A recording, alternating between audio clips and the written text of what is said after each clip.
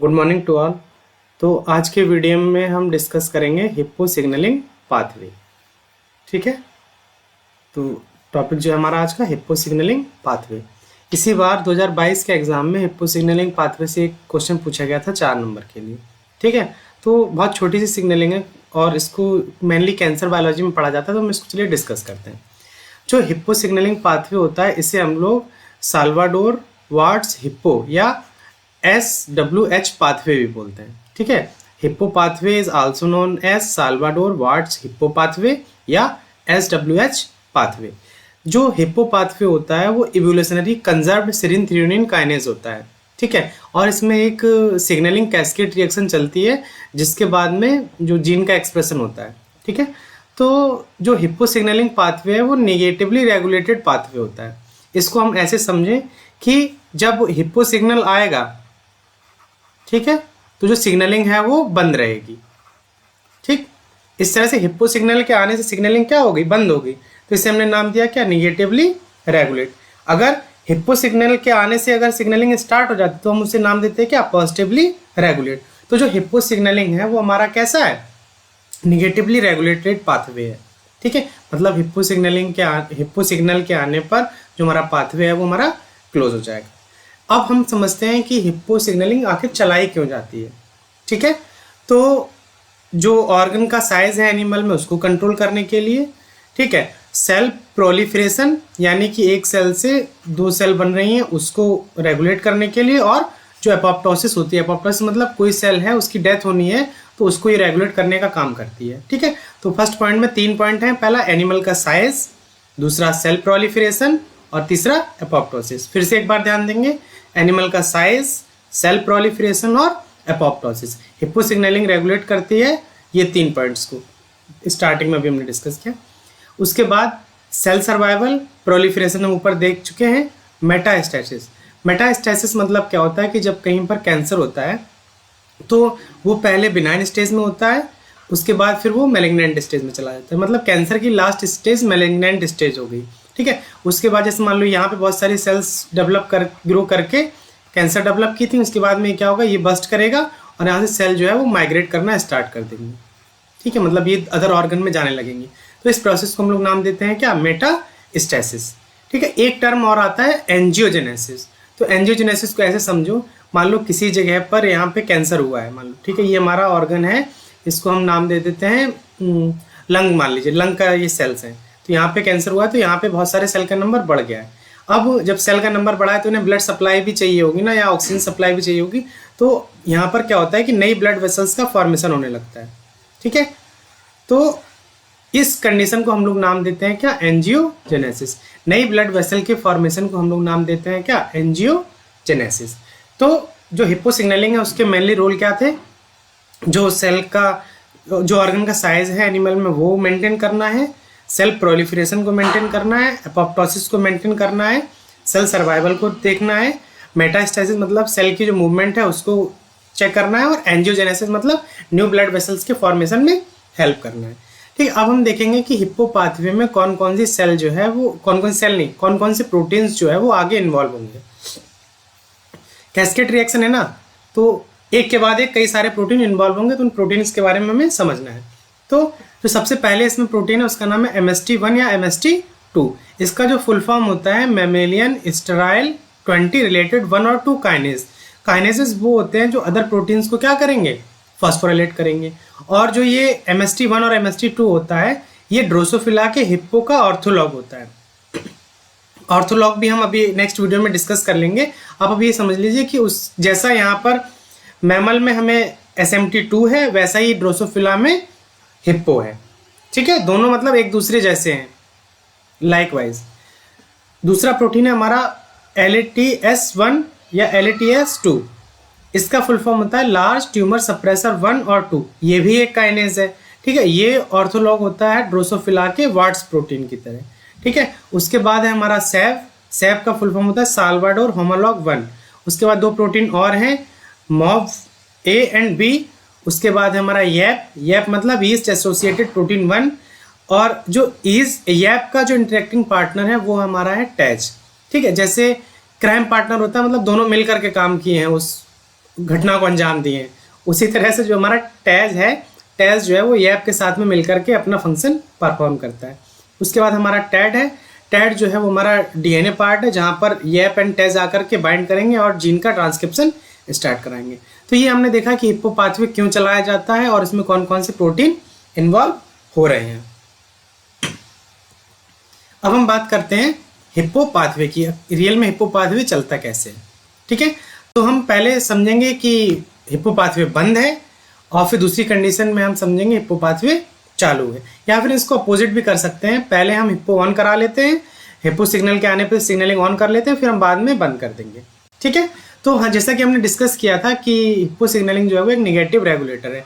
मतलब hippo signal के आने पर जो यहाँ जीन से जो ट्रांसक्रिप्शन होना था वो नहीं होगा। तो समझो, देखो हुआ क्या, हिप्पो सिग्नल आया, मान लो यहाँ पे हिप्पो सिग्नल जो है वो बाइंड किए, ठीक है। हिप्पो सिग्नल जब बाइंड करेगा तो ये जैसे हमने डिस्कस किया पहले कि एक सेरीन थ्रेओनिन काइनेज है। एक बार यहाँ पर आप देखें, ये है कौन सा काइनेज, सेरीन थ्रेओनिन काइनेज।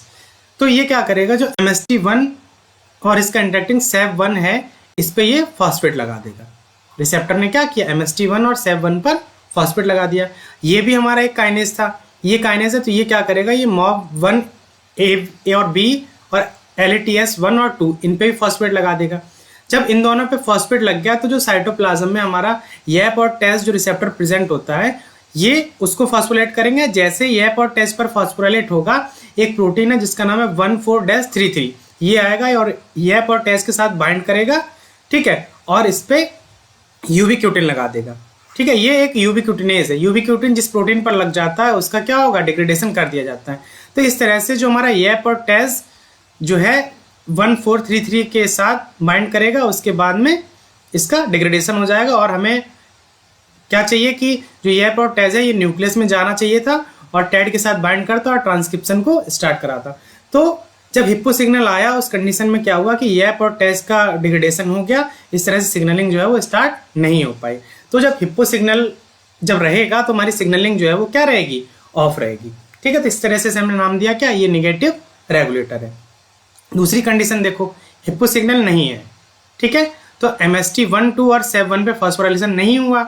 जब MST1 और 2 पर फॉस्फोराइलेशन नहीं हुआ तो इसने इसको फॉस्फोराइलेट नहीं कर पाया, ठीक है। MOB1 और LATS1 को फॉस्फोराइलेट नहीं कर पाया, ठीक है। जब MOB1 और LATS1 ये भी एक काइनेज थे, जब ये फॉस्फोराइलेट नहीं हुआ तो इसने जो हमारा यहाँ पे YAP और TAZ यहाँ साइटोप्लाज्म में पहले प्रेजेंट था, कहाँ प्रेजेंट था,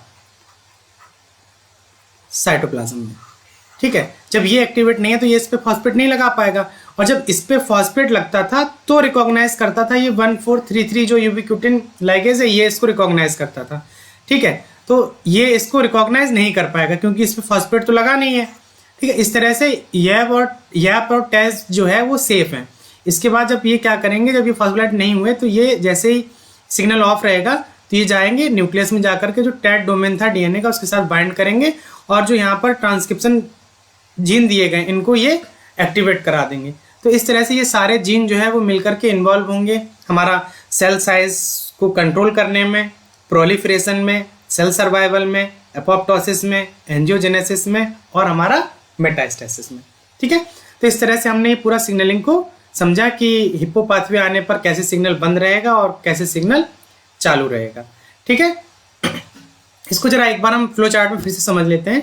हिप्पो सिग्नल आया, MST1 और SEV1 का फॉस्फोराइलेशन हुआ, MST1 और SEV1 में फॉस्फोराइलेशन कर दिया MOB1 AB और LATS1 का, ठीक है। जैसे इनका फॉस्फोराइलेशन होगा ये YAP और TAZ को फॉस्फोराइलेट कर देंगे। जैसे YAP और TAZ फॉस्फोराइलेट होते हैं, एक प्रोटीन होती है साइटोप्लाज्म में जो पहले से प्रेजेंट होती है जिसका नाम है 1433, ये आएगा और जो YAP और TAZ है इस पे यूबिक्यूटिन लगा देगा।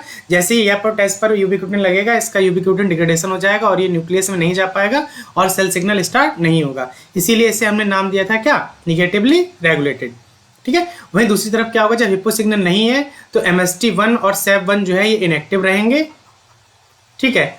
ये एक्टिवेट करते थे MOB1 और LATS1 को। जब MST1 और ये खुद ही इनएक्टिव है तो इसको एक्टिवेट नहीं कर पाएंगे, और जब MOB1 और LATS1 एक्टिवेट होते थे तो YAP और TAZ पर फॉस्फेट लगाते थे। जब ये इनएक्टिवेट हैं तो ये YAP और TAZ पर फॉस्फेट नहीं लगेगा। जब फॉस्फेट नहीं लगेगा तो 1433 जो है वो फॉस्फेट लगे हुए YAP और TAZ को रिकॉग्नाइज करता था। इस तरह से 1433 जो है वो YAP और TAZ को रिकॉग्नाइज नहीं कर पाएगा और YAP और TAZ सेफ हैं, भी ये जाएंगे न्यूक्लियस में और टैड डोमेन के साथ बाइंड करेंगे और जीन का ट्रांसक्रिप्शन स्टार्ट करा देंगे। ठीक है, तो ये हो गया हमारा सिग्नलिंग। अब देखो इसी बार 2022 के एग्जाम में एक क्वेश्चन आया था, उसमें पूछा गया था कि the hippo signalling pathway is important for sale proliferation. हाँ सही बात है, हिप्पो सिग्नलिंग पाथवे जो है वो सेल प्रोलिफरेशन के लिए जरूरी है। It is regulated by the protein kinase MST1, 2 और LATS1 और 2 एंड द जो ट्रांसक्रिप्शन फैक्टर है हमारा YAP और TAZ।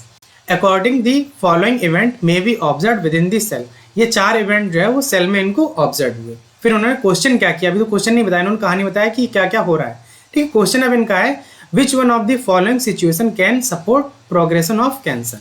कह रहे हैं कि इनमें से कौन सी कंडीशन जो है वो कैंसर को प्रोलिफरेट करेगी।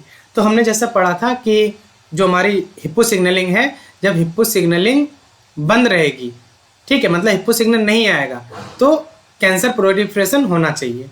ठीक है, क्योंकि जब हिप्पो सिग्नल नहीं है तो ट्रांसक्रिप्शन होगा और हमारा कैंसर सिग्नलिंग स्टार्ट हो जाएगी। तो समझो हुआ क्या था। फर्स्ट पॉइंट में बोल रहा है activation of TEAD by phosphorylated YAP और TAZ। तो कह रहा है जो हमारा YAP और TAZ है,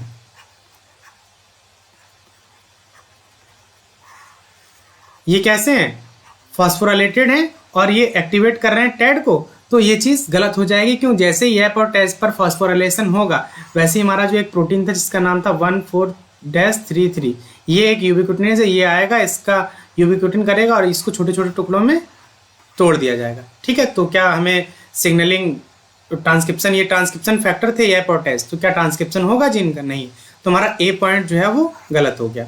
अब देखो जिस ऑप्शन में हमारा ए पॉइंट है वो हमारा आंसर नहीं जाना चाहिए। तो इस तरह से हमने फर्स्ट ऑप्शन को गलत कर दिया और जो हमारा फोर्थ ऑप्शन है ये हमारा क्लियर हो गया।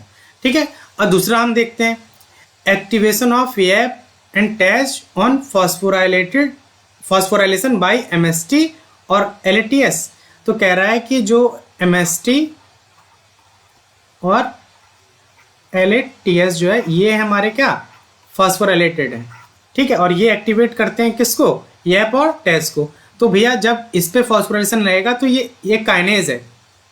ठीक है, ये क्या है, MST और LAS1 क्या है, काइनेज है, तो ये इस पे भी फॉस्फेट लगा देगा तो फिर से इसका डिग्रेडेशन हो जाएगा। तो हमारा बी पॉइंट जो है वो भी नहीं है, ये भी गलत है। ठीक है, अब ऑप्शन मैच करा लो। तो सेकंड वाले में बी ऑप्शन है तो ये भी हमारा करेक्ट आंसर नहीं है।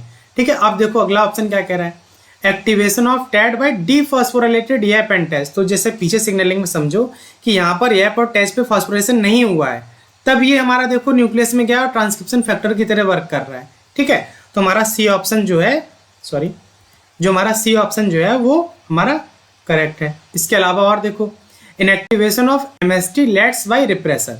तो जो MST और लेस है ये इनएक्टिवेट है किसके द्वारा, रिप्रेसर के द्वारा। जब यहाँ पे फॉस्फेट लगेगा तभी एक्टिवेट होंगे, नहीं तो ये सप्रेस रहेंगे।